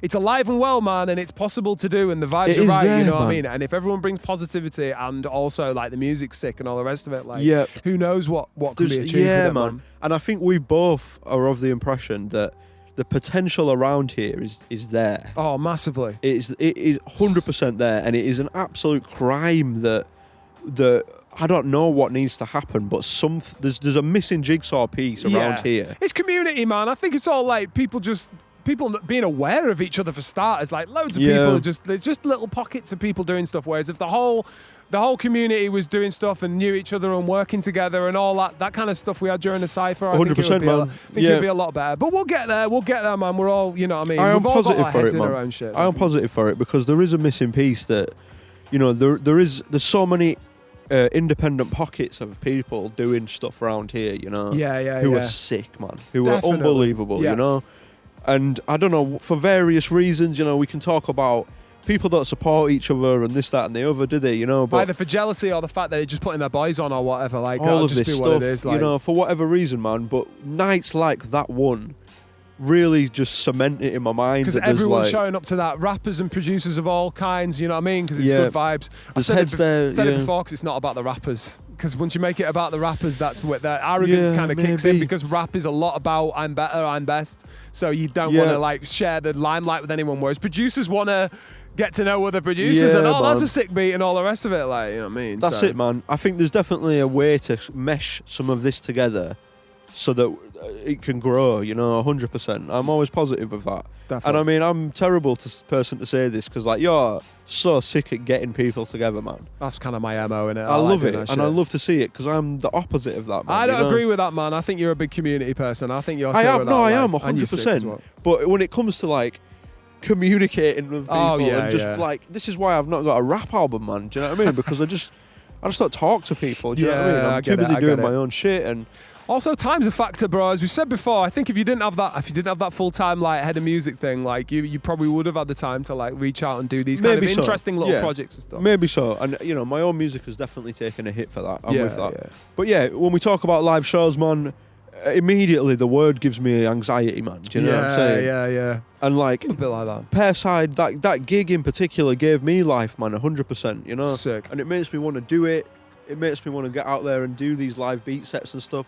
I played at Working on it recently. It was dope as hell, man. Yeah. You know, real sick to see some people getting beat makers together, man, and just being like, well, we're getting beat makers together. This isn't like, we're not opening up for the rappers and yeah. whatever. It's like a graph jam, innit? Everyone gets together and paints, and it's just a beautiful vibe. You know, I've never seen that's just so disconnected and everybody's beefing. Yeah. I ain't fucking bringing that one together. Fuck that. Yeah, do you know what I'm saying? Yeah, well, this is it, man. Like, it takes some serious shit, you know, like.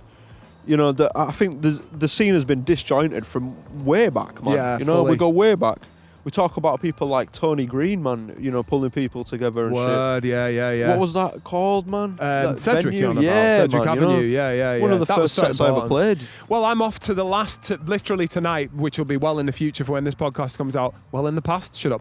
And I'm off to Drop, which is the last ever Drop, which is a Primrose in Meanwood. It's gone now, but it used to be a regular venue where pretty much anyone could get a set. Right. So, and they put all sorts of genres on, but they put a lot of rap artists on, and you could generally, if you were coming up and you've just, you know, got some stuff together and maybe an album coming, you could get a set there. Yeah. And it's going. And I think it's a really bad thing for like West Yorkshire and the scene in general, because it's like, it's a beautiful thing where there's an opportunity there, and those kind of things need to exist in order. Man. They've got to be a catalyst, because it's like, you know, the bread bins I was on about, or us meeting a Beehive or whatever. It's that like, remember those days, or the skate park. It's like those important things that build the art of the scene and when the you're artistry. When you're in the thick of it, you don't realise you at can't the time. have any You're just a kid perspective. You know, and like it's the same for me, man. There are so many little things that at the time were just happening and I was just there or whatever. Yeah. But you know, you look back, I mean, we've been doing this for years now, man. We look back at certain things and we're like, yo, we did loads of random shit. Some of it we don't even remember. Yeah. But this was a jump. This is where like something happened and I went from some fucking platform. I went from having 1,000 listeners to 10,000 listeners. You know? Yeah. And like it's only in hindsight that we look back at some of these nights and stuff and certain venues. You know, we shout out Sedgwick with Tony and stuff. There are a bunch of people who definitely use that as a stepping stone onto the next. You know? Absolutely. And they were so necessary to keep the scene alive and like make sure there's something to do, and places to go. And man, I met people like Priest from DS Fam and stuff through that. You know, Wigs. You know, oh mate, there's loads of people. Yeah, the Cypher, like, you met enough of them there. Exactly, man. Like, so there's just these certain little things where you end up bumping into people, and then years down the road, it's easy to look back and say, oh, well, actually, that was really fucking important for me, for Lunar, for DS Fam, for whoever the fuck. Do you know what I mean? Yeah. But at the time, it was just this little thing. You just chilling in it, it's just a beer that you got. Luckily, this guy's just hooking us up with something, you know. That's fortunate, isn't it? Yeah, this is it, man. And I don't know, man. I feel like we're definitely missing a little bit of that. I mean, I've always been really critical of the music industry around here in general, man. Yeah, it's dog shit. It is terrible. Yeah. I mean, it's probably different if you're in an indie band of some kind or something. Yeah, but potentially. But you still got to leave to go to London. I've said this a lot. My dream is that like West Yorkshire hip hop is like Northern Soul. It's a fucking genre in your record shop. There's UK hip hop and then there's the fucking dubwise hip hop section. Yeah, sick. And people are like, oh shit, you make hip hop out of West Yorkshire. Oh shit, yeah, I've heard of you. Man. Do you know that? And that's achievable. Because with the community, people this is it, man. And create that awareness, and then people start coming to it, and it'll only make it greater. And people from out of town will be like, "Well, I'm going to Leeds, or I'm going to Bradford, or I'm going to live there because shit's popping off there, and I'll be able to have access to those nights, man." I'm totally about that, and I've always admired you for this, man, because like it's that whole thing of like I'm that guy that's moaning about shit, and the real answer is, get off your ass and do change something it, man. about it. You know, be the change maybe you I see. should be the person putting the nights on and like getting people together and stuff. You go with your strengths in it, bro, and you know what I'm like with organising. I'm a fucking I admire that, man, because you know it is one of those things where I am the guy that's just saying, this is shit. And you're the guy saying, this is shit, so we're going to do something about it. We're going to try. You know, we're going to start connecting with other people and shit, you know? But the thing is, like, people as talented as yourself getting on board with that idea that I'm having or the community's having, I suppose that means as much. If we're as West Yorkshire moving forward with all our fucking juggernauts of fucking production and MCing and all the rest of it, and we're like, this is us. Yeah. People can't not take notice.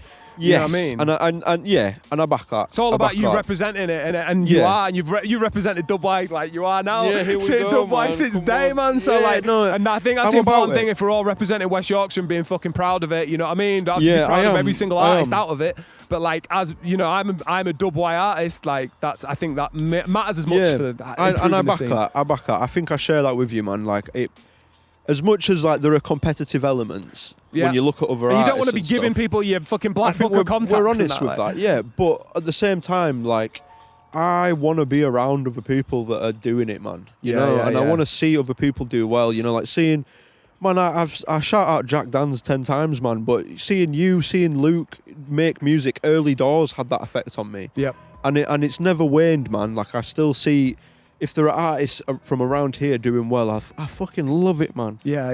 You know, people come up to me and talk to me about your music, bro, and I love that shit. You want to get involved in that conversation, yeah. Like it's not me, like and that. when I speak to Nick, shout out Nick on the cello, man. You know, another Nick, but yeah, Legend. you know, when I speak to Nick about your music, man, it warms my heart, bro. Do you know what I mean? Yeah, it really does, man. Like, and I think there's something in that, you know, like it is a special thing. We're all from around here, man, and there's this disconnect, you know? Yeah, and we need to connect that, man, definitely. Listen, I want to just briefly get back on the HashFinger as a concept rather than the broader Dubway thing, which has been beautiful to talk about. Just sort of more in closing than anything, but like, what does 2030 HashFinger look like?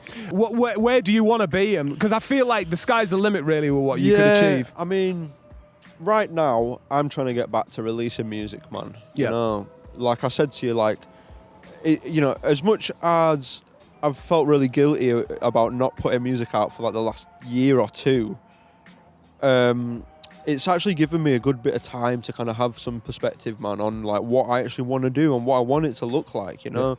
And you know, it's interesting because being prolific and having a shelf full of HashFinger records that exist in the world is important to me, man, you know, and it is a driver. As much as, like, when I go right back, when I strip it right back to what I actually want to do, I know I just want to make beats, man. You know?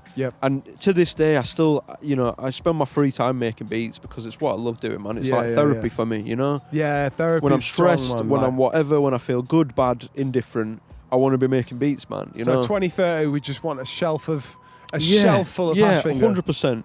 If I like right now, I've released what six records. I think I've got them all as well. Yeah, I haven't got Off-World Vehicle actually, but I think it was a Qrates. Did it actually come out? Didn't happen. Yes, so I didn't lose out on it. If I've got another 6 records out in the next couple of years, bro, that'd make me really happy, man. And that's the driver. Do you know what I mean? Dope. Like 100%. I feel like I've got a lot, like, when I, you know, as much as I listen back to these other records and I'm nostalgic about it and I still feel like there's some merit in there. Yeah. I mean, I love that shit. I'm not one of these people that's like, oh, every beat I've released is whack compared to what I'm going to do next. No, word. You still I listen rate back it. and I'm like, this is dope shit, because man. you fucking I worked loved your it. ass on them. Yeah, They man. weren't just like really quick things. It was like stuff that you poured your heart and your time into. There are parts of it that I would change if I did it now or whatever, but I'm one of these people, like, at that time, I was happy with that and it was finished then to me. So I love that, you know? Yeah. But I'm trying to get back to that, man. You know, and I've realised that what I love doing is just putting beat tapes out, man. I love this shit. Sick as fuck. You know? Sick as fuck. So whether or not they sell out like they used to or not, it's not important to me, man. Like, what, you know, I just want to get, like, right now, bro, I've got a hard drive full of music that I want to get out there. It needs that getting out I in the know world. it's my best shit, man. Yeah, you know? yeah. Like, it is beyond, you know, in the years that have passed, I've been recording my own instruments so much more and stuff, you know, and we can talk about how the publishing side, you know, making music for adverts and shit has pushed that as well. I've recorded my own drum breaks and I play other instruments and I've become much more comfortable with that stuff. Yep. And as a result, the beat tapes I'm making are way more, musical for me than the old stuff, you know. As much as I love chopping up samples all day long, and I still do that. Like, there's something in there, I feel, where I'm chopping up samples, but I'm also playing the drums and I'm playing the bass lines and the synths in the background underneath, you know, like there's a few releases in there that I need out of me, do you know what I mean? yeah. Because I you know, like me and like even Nick, he's heard this shit, you know, there's people close to me that have heard this stuff that are like, what the fuck are you doing? Why are you sitting on this? This needs to be out there. This is the one. Know? You need to prioritise that shit, man. Yeah. So yeah, if you're asking me like next few years, that's it, man. It's realising this stuff and executing it well, man. Yeah. I'm sure you will, bro. Thanks, man. HashFinger. Brother Diz, thank you so much for fucking spending time with me, man. I really appreciate it, man. You're a fucking legend. Big up, man. Big up. Respect. So that was HashFinger, an absolute hero. If you stuck through the whole hour and a half plus of that, you've absolutely smashed it, and you've obviously care a lot about the West Yorkshire scene. Go buy all his music if possible. If he has vinyls available, vinyls? That's not a word. Vinyl. If he has vinyl available, go and grab it, and there'll be new stuff coming soon. You know, from the main man. Until next time, big up.